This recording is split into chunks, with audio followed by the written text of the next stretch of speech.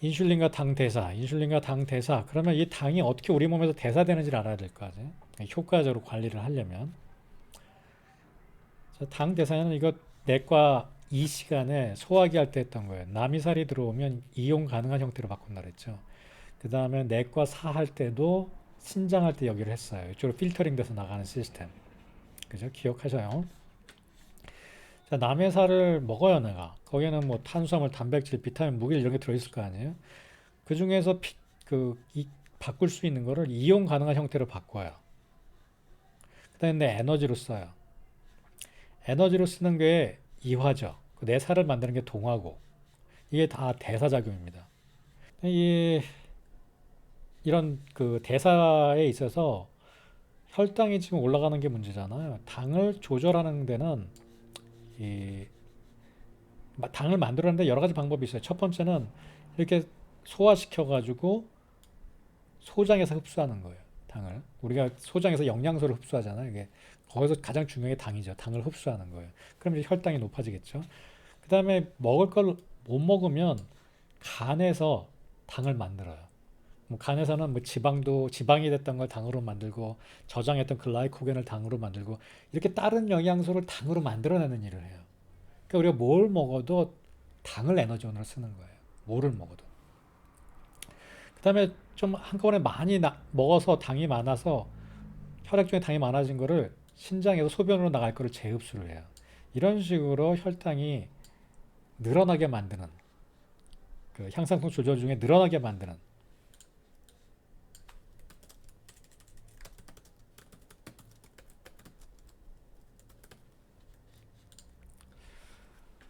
여기 보면 여기 starving time이야. 그 굶으면 무슨 일이 벌어지느냐인데 이 엑소제너스라는 거는 밖에서 들어오는 걸 얘기하는 거예요. 글루코즈가 밖에서 들어오는 거. 다 먹었어 이제 끝났어 이제 혈중에. 그러면 그 다음에 아까 글라이코겐이 동물의 그 탄수화물 저장 형태라 그랬잖아요. 글라이코겐이 우리 몸의 근육이랑 간이랑 이런 데 저장이 돼 있어요. 그걸 글라이코겐을 사용해요. 근데 이게 얼마 안 돼요. 조금밖에. 많이 저장할 수가 없어요. 그리고 근육에 있는 거 근육이 다 써버려요. 그러니까 결국 뇌나 이런 데 쓰는 건 간에서 가서 나가는 것밖에 못 써요. 이 근육에 있는 글라이코겐은 근육이 1순위로 다 써버린단 말이에요. 지 근처에 있으니까. 그 다음에 이제 간에 있는 걸 쓰는 게 그 다음이에요. 그냥 굶은 지 이렇게 28 시간, 그러니까 하루 좀 지나가면 끝나요, 얘는. 그 다음에 뭐가 쓰느냐? 지방을 분해해서 쓰는 거죠. 글루코네오제네시스. 새로 만들어서 써요. 이렇게. 이때 이제 케톤체도 형성이 되고, 뭐 요즘 저탄고지하고 그러는 게, 이렇게 이 당신생을 최대한 늘리는 방법인 거예요. 이렇게 딱 먹어서만 당이 흡수가 되는 게 아니라 이렇게 몸에서 만들어 나간다는 거죠. 원래 있던 글라이코겐, 그다음에 몸에 있던 다른 영양소에서 새로 만들어가는 시스템. 어쨌든 간에 우리는 당을 만들어야지만 쓸 수 있어요. 그러면 인슐린은 무슨 역할을 하느냐? 그럼 당이 1차적으로 쓰이는데 뭐 우리가 이런 얘기 하죠. 여기 뭐 그 얘기 나오겠지. 뇌는 당만 에너지로 쓴다. 뭐 단백질이나 지방은 에너지를 못 쓴다. 그냥 우리 몸이 다 당밖에 에너지를 못 써요. 근데 다른 조직들 뭐 이렇게 심장 근육 거기에는 미토콘드리아가 엄청 많아요. 일을 엄청 많이 해야 되니까. 심장 근육, 팔 근육 이런 데는 글라이코겐 형태로 다 저장이 돼 있어요. 그래서 걔네들을 에너지로 쓸 수가 있어요. 그리고 필요하면 바꿔서 쓰잖아요. 근데 뇌 그리고 신경세포는 글라이코겐을 저장을 못 해요. 아까 글라이코겐으로 저장해 놓는다 그랬잖아요. 우리 없을 때 일을 하기 위해서. 근데 뇌는 같은 일도 많이 하는데 글라이코겐으로 저장하는 시스템이 없어요. 이 세포들에는. 그러면 결국 간이 만들어주는 것밖에 못 쓴다고요. 저장을 못 한다는 뜻입니다. 그게. 그러니까 딴 데들은 뭐 지방이나 이런 데서 나온 것들을 저장해 놨다가 쓰는데 뇌랑 신경세포는 얘가 만들어서 혈당에서 보내는 것밖에 못 쓰기 때문에 그렇게 얘기하는 겁니다. 예, 당밖에 못 쓴다고. 근데 최종적으로는 딴 데도 다 당밖에 못 쓰는 거예요. 최종적으로는. 이때 중요한 일을 하는 게 인슐린이에요. 인슐린은 어떤 일을 하냐면 너무 많이 먹어가지고 당이 높아졌을 때 그거를 어디로 보내느냐? 간으로 보내고 팻으로 보내고 근육으로 보내는 일을 해요. 한마디로 에너지가 많을 때 비축하는 역할을 해요. 에너지가 많을 때 비축하는 역할. 그게 인슐린이라는 호르몬이 하는 일이에요. 인슐린이라는 호르몬이 하는 일이에요. 그 호르몬은 뭐 하는 놈이냐? 호르몬은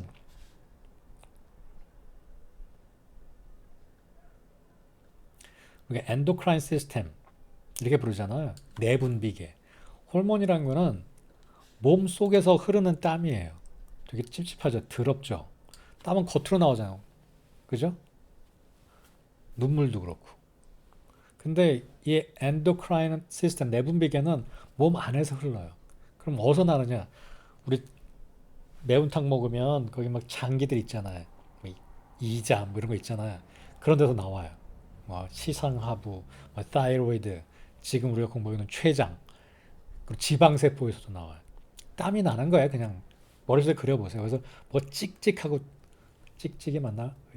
의태어, 쑥쑥, 뿜뿜, 뭐 이런 식으로 나오는 거예요. 뿜뿜 나오는 거예요. 그러면 그게 나와서 어디로 가겠어요? 그 주위에 있다가 피 속으로 들어가요. 혈관을 타고. 그래서 전신으로 퍼져요. 그게 호르몬이에요. 그 호르몬은 왜 괜히 나오나? 땀도 다 목적이 있잖아요. 그럼 호르몬이 나와서 무슨 일을 하느냐? 신호를 줘요. 신호를. 타겟, 뭐 장기일 수도 있고, 일단 신호를 줘요. 호르몬이란 말 자체가 흥분시키다라는 말 뜻. 흥분시키다. 휴메인인가? 원래 그래요. 휴메인인가? 이게 흥분시키다라는 뜻이에요. 그러니까 트리거하는 거예요. 작동하도록. 트리거하는 게 호르몬이에요. 트리거하는 게. 자, 특정 기관에서 뭐 췌장이나 부신, 아드레날린도 호르몬이잖아요. 혈액을 통해 전신으로 전달된다. 이게 호르몬의 정의예요. 흘러나와 뿜뿜 쭉쭉 짜져가지고 나와서 근처에 있다가 혈액을 타고 쭉 돌아다녀요. 근데 타겟이 아닌 데는 아무 역할을 못해요. 그 타겟에만 그 호르몬을 받아들이는 리셉터들이 있거든요. 그러니까 신호인데 얘가 피 속을 돌아다니면서 막 그 주문을 외고 다니는 거예요. 호르몬들이. 자, 문을 여시오 하고 다니는데 특정한 타겟에서만 그 수용체가 있는 데서만 그 말을 알아듣고 문을 여는 거예요. 그게 호르몬이 하는 일입니다. 특정 수용체에 반응하여 역할을 한다. 이게 흥분시키다. 호르몬의 정의입니다. 반응하여 트리거하는 거지. 역할을 트리거한다. 역할을 흥분시키다. 이게 호르몬이 하는 일이에요.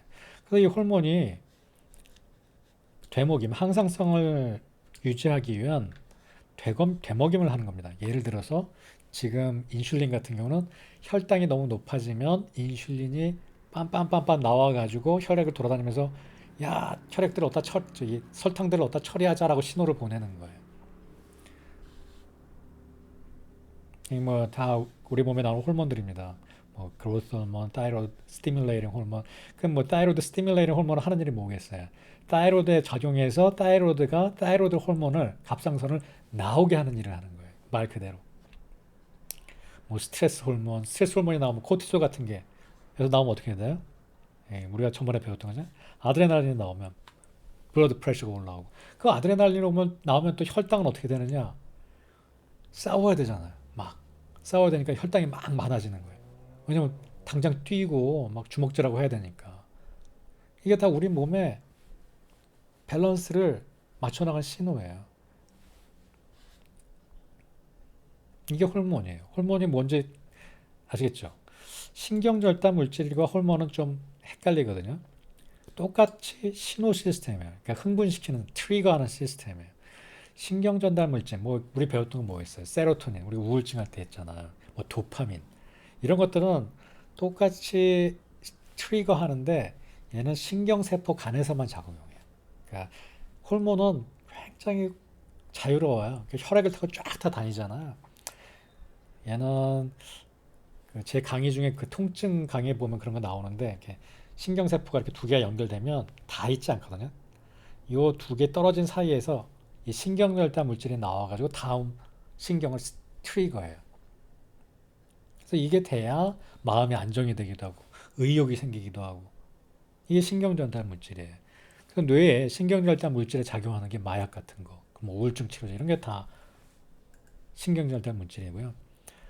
아드레날린 얘네들은 바이소프레신 얘네들은 신경절단 물질에도 포함되고 호르몬에도 포함돼요. 왜냐?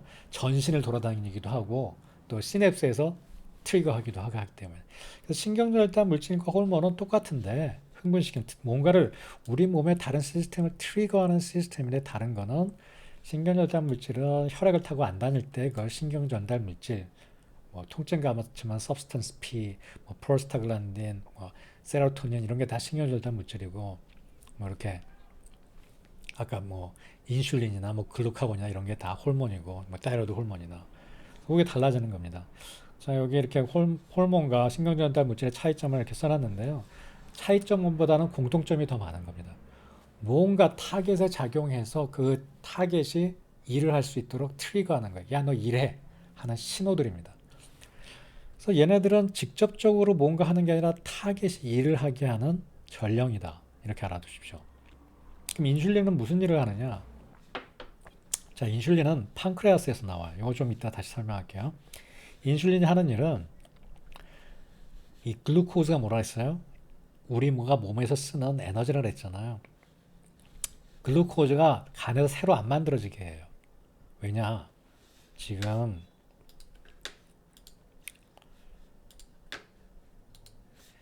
우리 몸에 설탕이 꽉 찼거든요. 이 설탕을 줄여야 돼요. 혈중에 설탕이 너무 많다고요. 그러면 이제 판크레아스에서 글루코즈가 쫙 나오거든요. 안에서 찍 하고 뿜뿜 하고 나오면 얘가 쫙 혈액을 타고 돌아다닌단 말이에요. 그러다가 간을 만나면 간한테 보내는 신호가 뭐냐면 트리거가 야, 당 그만 만들어. 우리 너무 많아.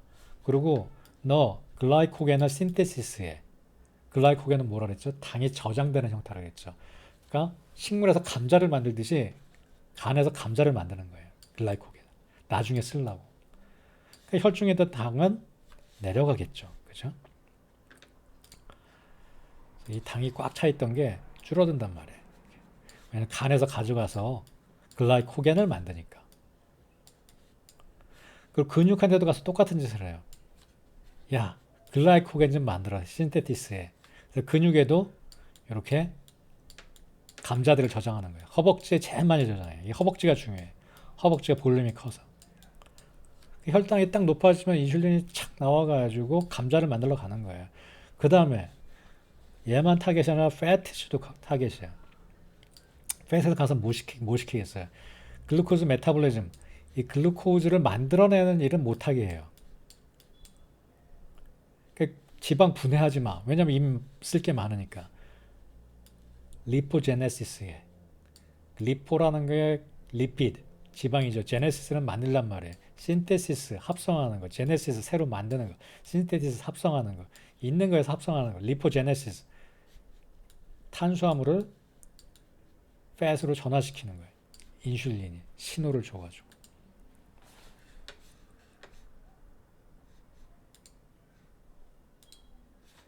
이게 인슐린이 하는 일이에요. 요거를 잘 기억해 두세요. 요거 너무 중요해요. 인슐린이 무슨 일을 하는가?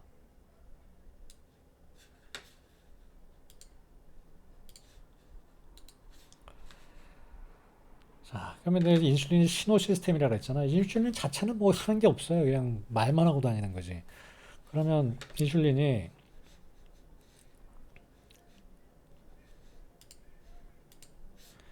여기 지금 이게 인슐린이란 말이에요. 이게 인슐린인데 리셉터들이 있어요. 신호를 받는 수용체들이 있다고요. 세포에. 이 인슐린 리셉터가 없는 세포에는 아무 역할을 못해요. 듣지도 못하는 거죠. 아무리 소리 질러봤자. 근데 간이랑 근육이랑 지방에서 이걸 듣는 거예요. 그러면 혈중에 있던 글루코즈들이 안으로 들어와요. 이 세포 안으로. 문을 열어주는 거예요. 그래서 이 안에서 이렇게 화학 반응을 통해서 글라이코겐을 만들어내는 거예요. 지방을 만들기도 하고, 지방세포를 만들기도 하고, 감자를 만들기도 하고. 요게 지금 인슐린이에요. 야, 밖에 있는 혈당을 다 안으로 집어넣자. 그 소리를 지르고 다니는 게.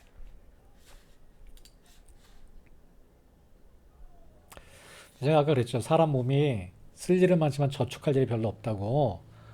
그래서 지금 여기 나오는 타이로이드 호르몬, 갑상선, 아드레날린, 스트레스 받으면 나오는 그 성장 호르몬, 글루카, 글루카곤, 글루코코르티코이드, 얘도 스트레스 호르몬. 얘네들이 다 혈당을 높이는 일을 해요. 혈당을 높이. 왜냐면 야 동물 만나고 막 뒤에서 쫓아 그러면 빨리 도망가야 되잖아. 그럼 혈당이 막 펌프질 해가지고 잘 쪄야죠. 그죠? 성장 호르몬 나오면 막 상처가 빨리빨리 치유되고 상처가 빨리빨리 치유되면 혈중에 영양소가 많이 다여야 되잖아요. 키도 자라야 되고 타이로이드 호르몬 항진되면 갑상선 항진되면 살이 안 찌잖아요. 갑상선 호르몬이 뿜뿜하고 안에서 막 나오면 우리 몸에서 혈당을 다 올리거든요. 사용하게 만드는 거거든요. 그래서 많은 호르몬들이 다 혈당을 높이는 일을 하고 얘 혼자 하나밖에 없어요. 인슐린 하나밖에. 혈당을 낮추는 일은. 그러니까 이게 문제인 거예요. 왜냐하면 혈당이 높을 일이 별로 없었거든요. 원시시대에 사는 사람들이. 그러니까 이 현대인들은 인슐린은 이제 하나 혼자 일을 하는데 일은 엄청 많이 하는 거예요.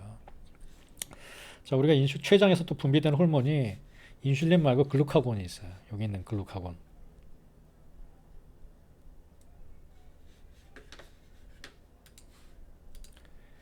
이 글루카곤이랑 인슐린이 다 췌장에서 나오는데 여기 봐요. 딱 밥을 먹었다. 그럼 포도당이 올라갈 거 아니에요. 여기가 지금 밥 먹는 시점이에요. 이 그래프가 되게 많이 나올 거예요, 앞으로. 밥을 먹었다 그럼 포도당이 올라가면 인슐린이 따라 올라가요. 왜냐? 포도당이 너무 올라가면 이게 쓸데가 없거든요. 소변으로 다 나가거든요. 귀중하거든요. 포도당은. 그래서 포도당을 저장하기 위해서 인슐린이 딱 나와서 근육의 저장, 지방의 저장, 또 뭐 있어서 근육, 지방, 간의 저장. 인슐린이 나오는 거예요. 글루카곤은 안 먹고 있을 때 많이 나와 있다가 딱 포도당이 들어오면 야 쓸데없네 하고 내려가요. 할 일 없겠다 하고. 그러다 안 먹고 있으면 또 올라가죠. 그럼 얘는 하는 일이 뭐겠어요? 혈중의 당이 많아지게 하는 일이에요. 그러니까 여기 핏줄이 있으면 우리 몸이라고 쳐요. 혈관이. 이게 혈관이에요. 인슐린은 이 속에 있는 당을 밖으로 빼내는 거예요. 세포로. 글루카곤은 야 안으로 다 집어넣는 거예요. 먹은 것들이 다 안으로 가게. 정반대 일을 합니다. 인슐린이랑 글루카곤이랑.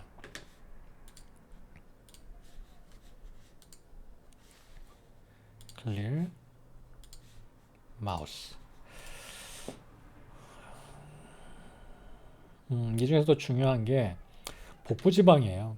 복부지방은 아까 지금 혈당을 높이는데 근육에 있는 머슬에 있는 거, 그다음에 간에 있는 거 중요하다 그랬잖아. 얘네들은 당장 일 되면 빨리빨리 에너지로 혈당을 높여줘서 일을 하게 만드는 거거든요. 그 중에서 또 비슷한 일을 하는 게 복부지방이에요. 허벅지나 엉덩이에 있는 지방은 잘 꺼내쓰기가 힘들어요. 변환 단계를 여러 단계 거쳐야 되는데 복부지방은 거기 혈관들이 많아가지고 즉각적으로 혈당으로 변화시킬 수 있어요. 상대적으로 빠르게.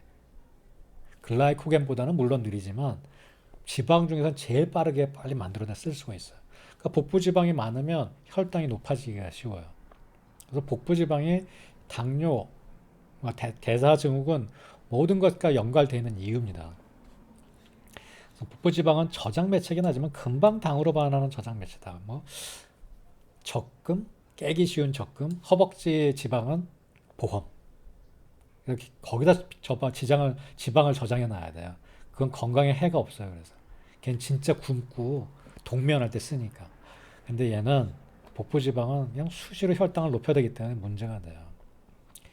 자, 그러면 수시로 혈당이 높아진다. 간에서도 혈당을 높인다. 얘네들. 그럼 아까 우리가 봤듯이 스트레스 받는 호르몬도 있잖아요. 코르티코이드. 그다음에 아드레날린. 이게 다 스트레스 받으면 많이 나오는 호르몬들이거든요. 그럼 얘네들이 나와서 혈당이 막 높아지면 무슨 문제가 생길까요? 인슐린이 같이 많아지는 거예요. 이거 밸런스 맞추느라고 얘가. 이거 계속 지금 나올 얘기입니다. 그래서 결국에는 혈당이 높아지게 되면 인슐린의 말을 안 듣는 인슐린 저항성이 나타납니다. 복부지방이 인슐린 저항성을 초래해요.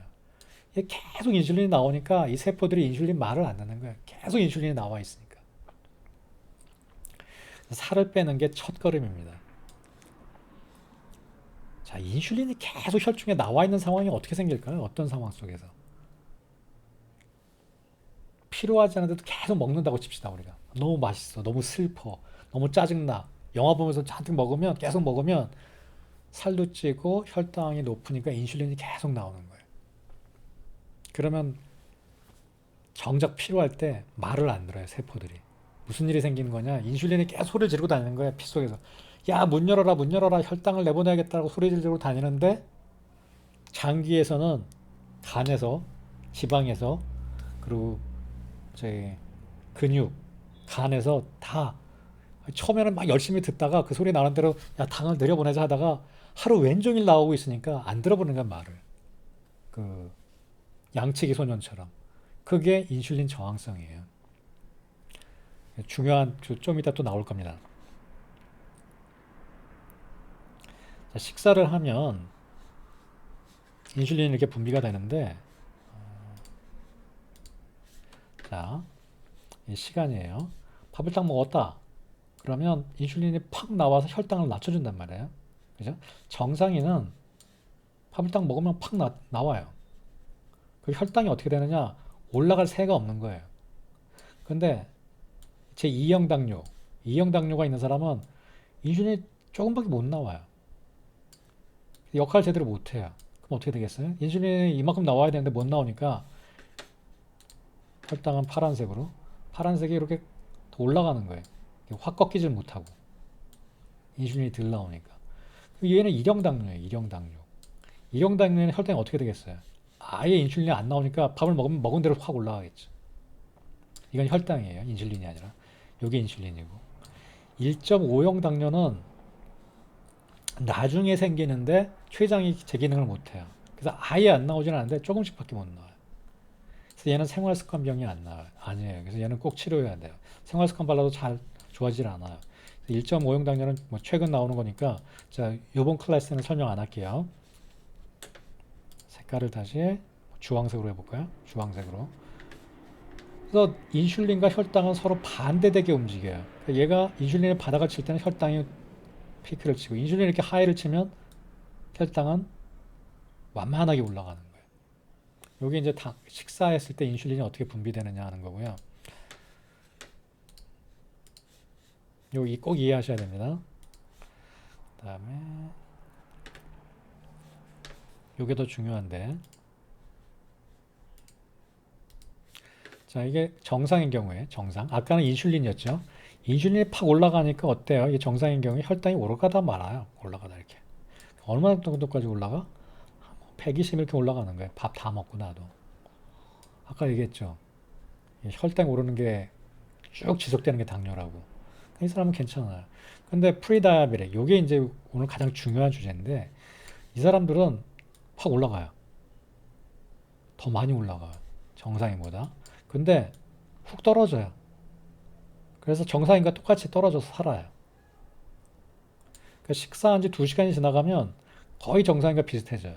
그런데 인슐린이 제 역할을 잘 못하니까 아까 얘기했던 저항성 때문에 막 소리 지르고 다녀도 말을 안 들으니까 혈당이 쭉 올라가는 거예요. 빼가서 안 쓰니까. 저축 감자를 만들어야 되는데 감자를 안 만드는 거예요, 간에서. 그 다음에 얘는 뭐냐면 아예 인슐린이 안 나오니까 그냥 혼자 피크 쳐버리는 거예요. 당이. 그러면 이 설탕이 혈액 속에 계속 있으면서 다 염증 만들고 다니는 거죠. 요게 당뇨의 병리예요.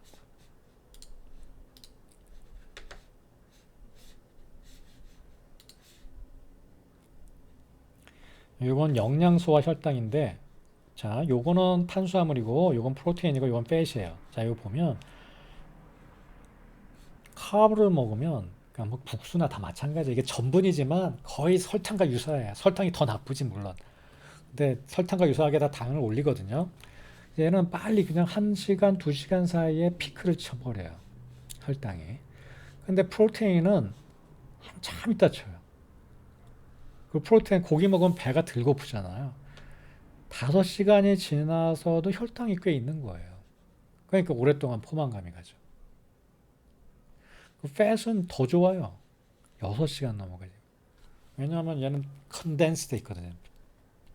에너지 밀도가 되게 높거든요. 2배 높아요. 카브보다. 그러면 지방만 먹으면 살 빠지느냐?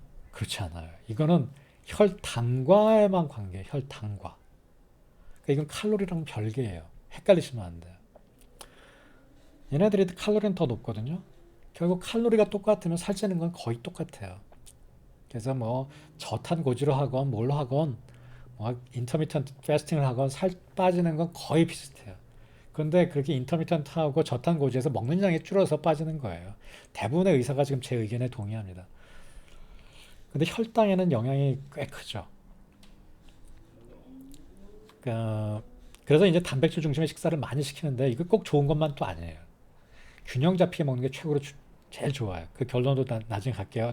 어쨌든 이 그 영양소마다 혈당을 올리는 수치가 그 패턴이 달라요. 그럼 뭐가 좋느냐? 혈당이 이렇게 올라가면 인슐린이 덜 나오죠.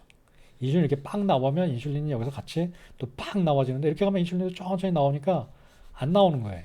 별로 안 쓰는 거예요. 쓸 일이 없죠, 얘는. 프로테인이랑 팻만 먹으면. 그 인슐린을 아낄 수 있는 거죠. 이 제목 잘 기억해요. 인슐린을 어떻게 아끼느냐가 오늘 수업의 그 주제예요. 자, 이거 홀만 할까 한국어.